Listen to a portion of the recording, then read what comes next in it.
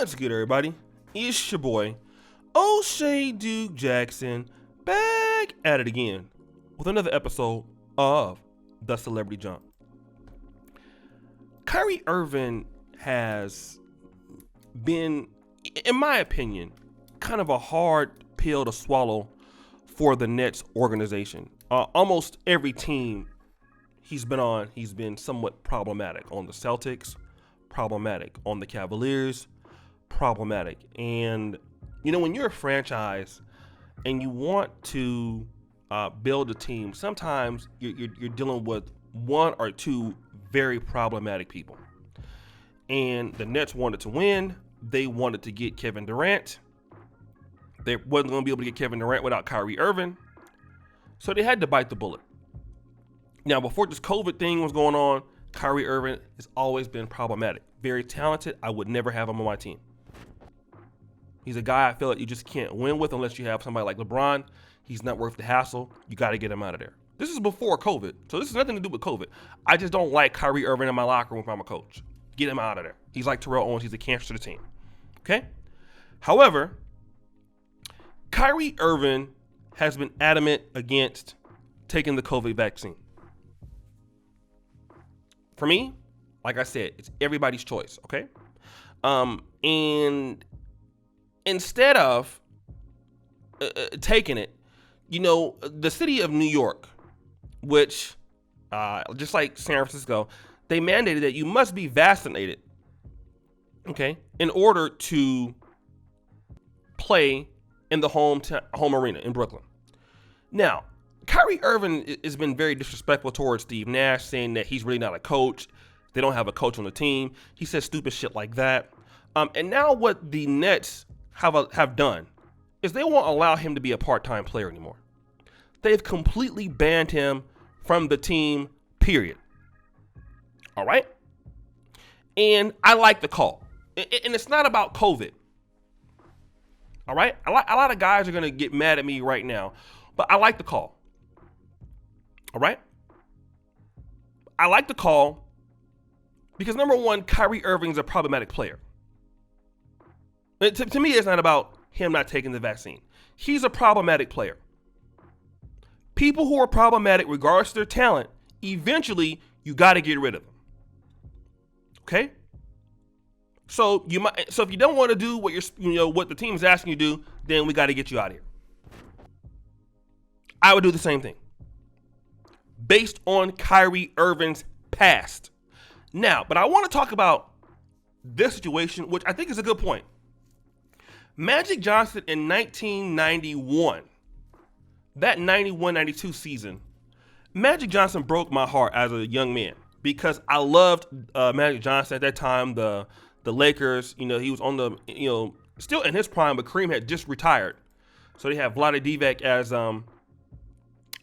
center. He retired after getting HIV. Not only did that, he played in the 1992 All-Star game, even won the MVP, and then played on the Dream Team. Came back as a power forward in the 1994 season.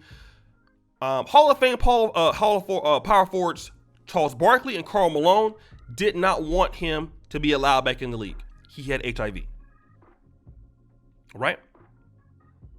Now, this person on It's On Site brings up a very good point. Laverne Spicer says they let Magic Johnson play basketball with full-blown HIV, but won't let Kyrie Irving play because he won't get a COVID shot. This is interesting. I think that this is something that's important, right? I think this is a pretty good something to say. I think it's interesting. I think also we want to talk about how HIV is transmitted at the time that we knew about in the 90s. I believe that we knew that HIV was transmitted through blood. I don't know if it's transmitted at the time. There's certain things that we found out through transmissions, but I think that one of them was not sweat at the time, right? It just wasn't. So how you can get it, and you can bruise obviously through through sexual transmitted things, but it was highly unlikely, if not possible, through bleeding on the court. That was the guess. All right.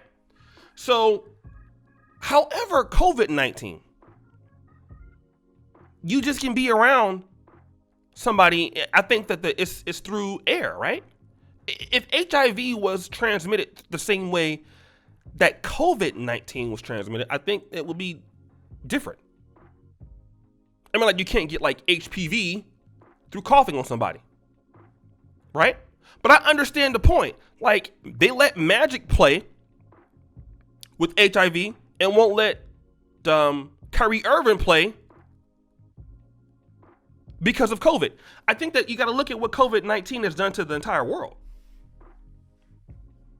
Magic Johnson as an individual having HIV was not affecting the NBA. COVID-19 affected the whole entire economy. It affected the cities. But I get the point. And I will agree that, hey, why do you let this guy, right, play with this disease? And COVID-19 is really a lesser disease than HIV because it could, go to AIDS. And you don't want your people getting AIDS. But I think what we're talking about are two different things. And it's an interesting point. I think it's an interesting discussion. But the reality is that when you don't write your check, and people don't like this about me, when you want to do the things that you want to do in life, start your own business.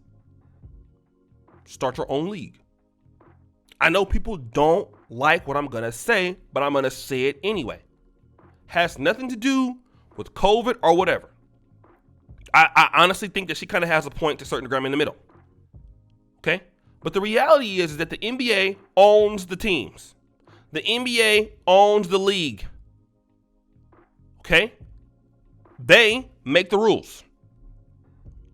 If you don't want to abide by their rules, then don't play.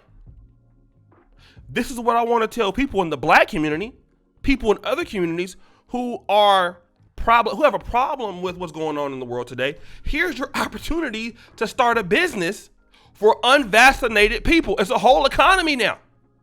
There could be a whole show called the Unvaccinated Podcast. It could be the Unvaccinated NBA. It could be everything that you want to do.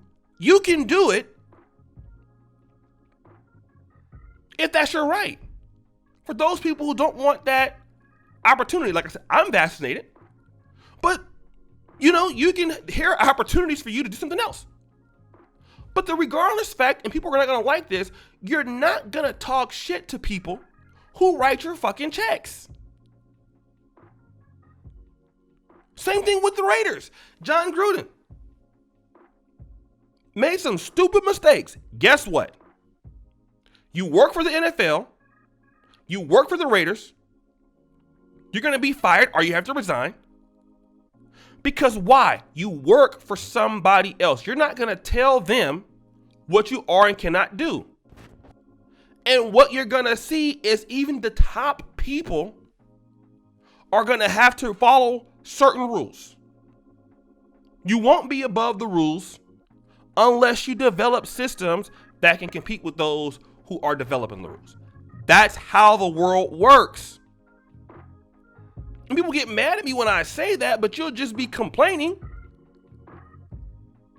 from the side of your goddamn house or your apartment. That's the world works. Those who have the money and have the shit will make the rules. Those who don't will complain about those who haven't. And for me, I see why the Nets are saying, listen, well, the guy doesn't want to get vaccinated. We can't let him be in our locker room to, not play all the time in this sort of chemistry. We got to get rid of the guy.